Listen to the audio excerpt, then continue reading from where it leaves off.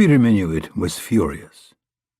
It was springtime, 1632, and he had a colony to run, which he directed from a spot, Manhattan Island, that he had personally chosen and bought from the Wilden, or Indians, known to the Dutch as the Canarsie.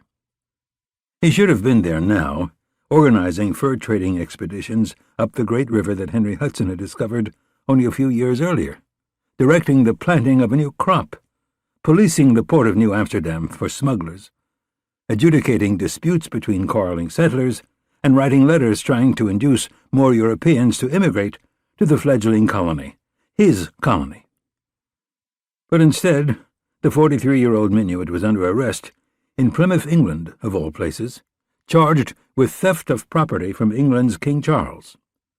The 5,000 beaver pelts in the hold of his ship Unity rightfully belonged to Charles, insisted his captors, because Minuit's settlement sat on a continent that Italian explorer Giovanni Caboto had claimed for England in the 16th century.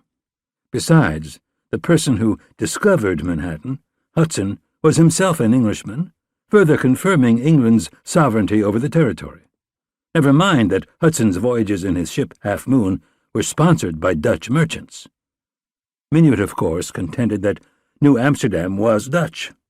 If an Italian in the employ of England could claim territory for the English, then an Englishman hired by the Dutch could surely claim it for the Netherlands. But the English would not listen to reason.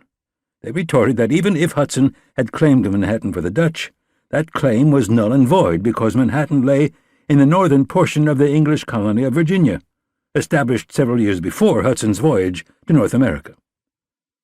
The Dutch minister to the court of St. James's understood that Minuit and his ship were merely pawns in a much larger North American chess game.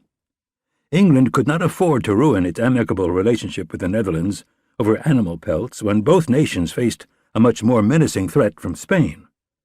Yet while the Dutch minister worked confidently but patiently over the course of a month to negotiate the release of the vessel and its passengers, Minuit remained under lock and key in Plymouth. His prospects for regaining the directorship of the colony of New Netherland, already in doubt before he had set sail, diminished with each passing day.